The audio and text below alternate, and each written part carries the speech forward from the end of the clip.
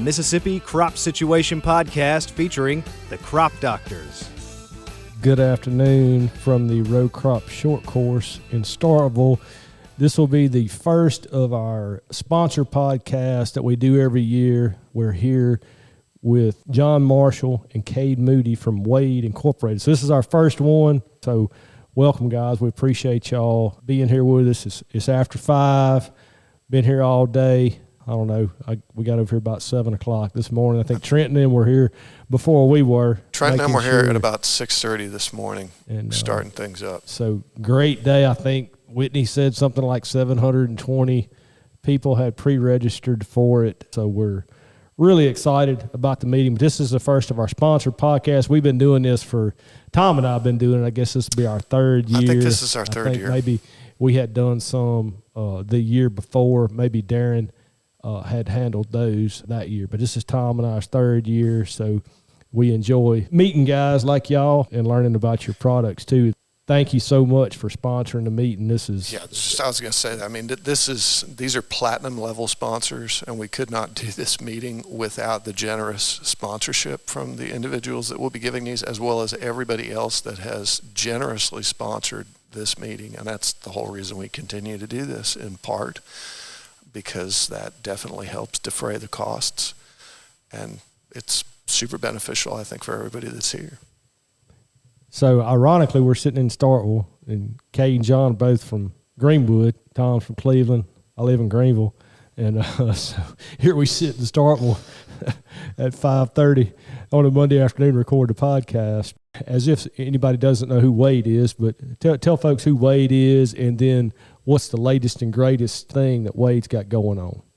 Of course, we work for Wade Incorporated. We are a 14-location dealership scattered across the north part of Mississippi. From our stores are located on Highway 82 and north. Wade Incorporated has been in business since 1909. So they're over 100 years. It's a family operation on the 4th generation right now.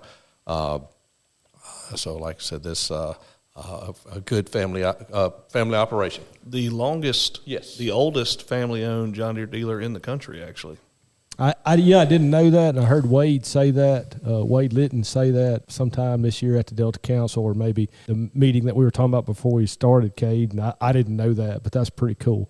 Yeah, absolutely, and it's impressive that a company that old and that established is also on the absolute cutting edge of bringing some of the technologies that John Deere offers to Mississippi, and that's kind of what we're all about in our division, which is the IntelliFarm division of Wade Incorporated. We want to make sure that customers know what all this equipment can do. You've heard the See and Spray sprayers or the artificial intelligence in the combines. I mean, this is stuff that, we may be well established in this old John Deere dealer that's obviously doing something right, but we're also ready to make the changes necessary to meet the demands that the future will bring. So tell folks what IntelliFarm is, what kind of services it offers. Yeah, so IntelliFarm is the technology side of Wade Incorporated when it comes to the technology inside the machines. So we're a 6-man team. Johnny's the director. We got 4 technology specialists scattered throughout the territory, and then an agronomist. So we work hand in hand with the customers, with the salesmen, to ensure that they are using 100% of that green machine that they have in their operation. So when it comes to the planters, ensuring that they know all about the downforce options, the cleaner options, making sure that they're optimizing that planter to go as fast as they can go, to optimize that placement. When it comes to the See and Spray sprayers, we want to make sure that they're getting the most out of that piece of equipment. And then as far down as all the way to the artificial intelligence inside the combine, you're learning how to use it, how to operate that. And then even as far as tillage, we got the TrueSet tillage, which is a technology option for tillage equipment where you can run tillage prescriptions and stuff to maximize fuel savings and only integrate your organic material where you have more of it in the farm. So there's technology everywhere. I have a vested interest in the See and Spray sprayer, obviously. How many of those, and I know y'all don't service the whole state, but how many has Wade put on the ground in Mississippi? Wade has sold 5 See and Spray sprayers. We have sold more than any other dealer in the world. Okay. See and spray capital of the world right now. So do y'all see more of those getting out on the farm? Yes. Definitely moving forward. Absolutely. I mean, keeping up with the technology right now is a little bit difficult. I mean, it's hard enough for us in the scientific arena with what we do, so I can only imagine at the level that y'all are talking about. Right now we're looking at weeds, seeing the weed, spraying just the weed, but they've got other things in the future that they've got looking at. This sprayer's just starting to evolve, and what it's going to be, it's just going to continue to grow. And that technology has proven itself this year with the customers we had running it. Of course, it's been out for a couple of years in some test core operators' hands and did well there. And it's going to be a continued evolution, and it will be a part of everybody's farm before it's over with. What are the returns is the word that keeps coming to mind. It's not necessarily but the hard numbers from a commercial application. So through the course of the year, on these 5 sprayers that I'm sure y'all are keeping up with them, but either numbers in savings or time or number of applications or anything concrete that guys can wrap their head around. What kind of numbers do you have? Yeah, so as far as your contact herbicides, which is obviously what you're going to be saving with this sprayer, I believe in our cotton crops we saw about a little over 50% savings across all the passes. In our soybeans, it was significantly higher, around the 60 to 62% savings range. And then we didn't quite have enough passes through corn to get some hard data through that.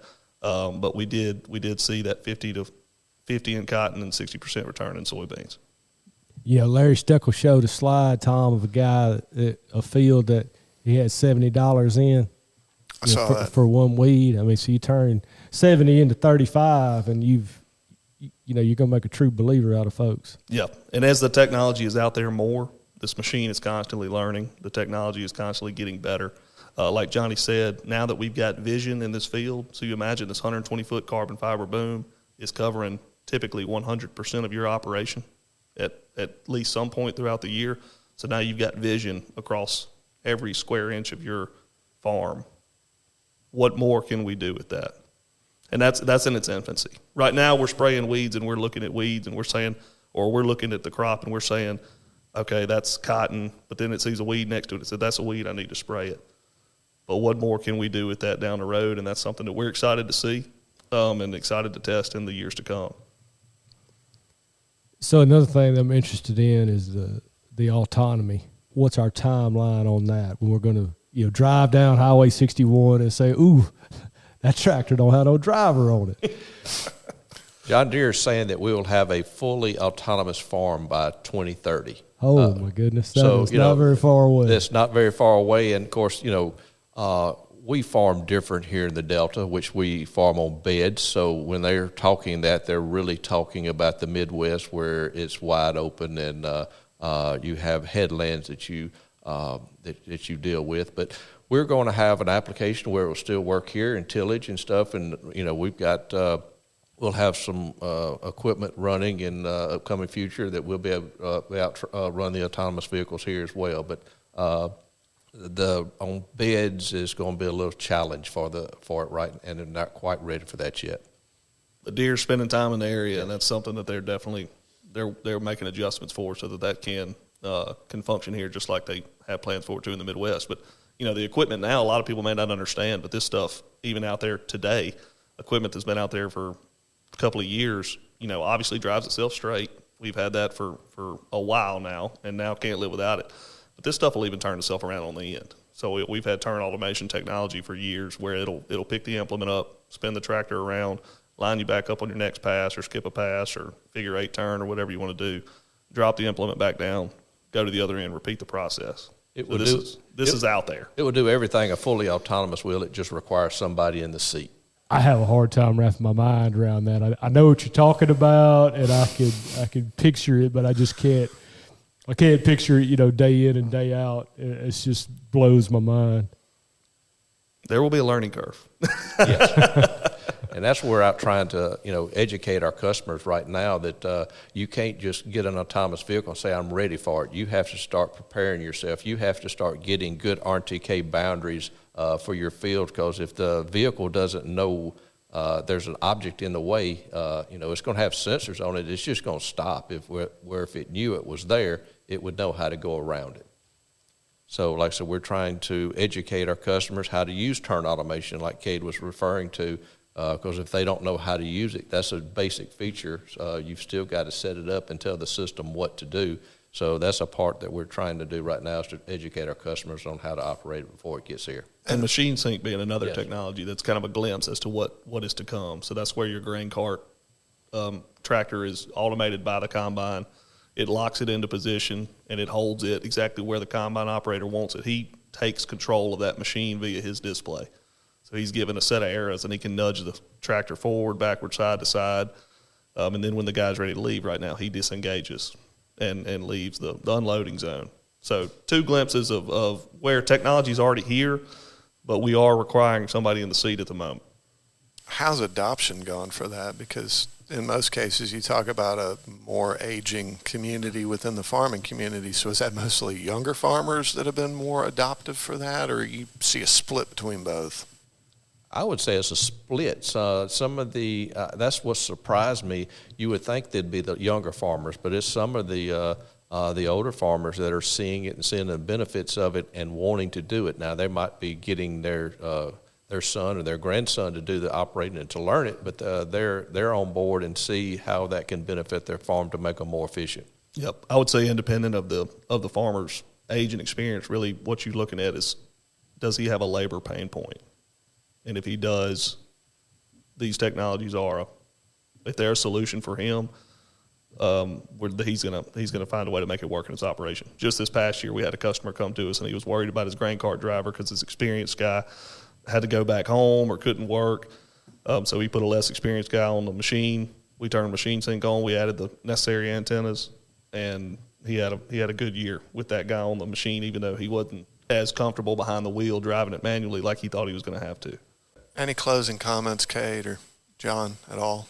Yeah, so just back to autonomy, Johnny mentioned that it's not a decision you can make the day of. It's something that you've got to plan for, get your operation ready for it, and one of the biggest features of that is going to be the operations center. We talked a little bit about it today during our educational slot, but having your operations center up to date, being comfortable with it, using what is available in it today is going to be absolute paramount for when that autonomous tractor hits your farm, for you to be able to get on your phone and basically tell that thing to go to work. Well, I'm amazed and a little bit speechless. I think it's just fantastic to hear about all this technology. We definitely appreciate the sponsorship. We appreciate you all being here, and the information's spot on and very necessary at this point.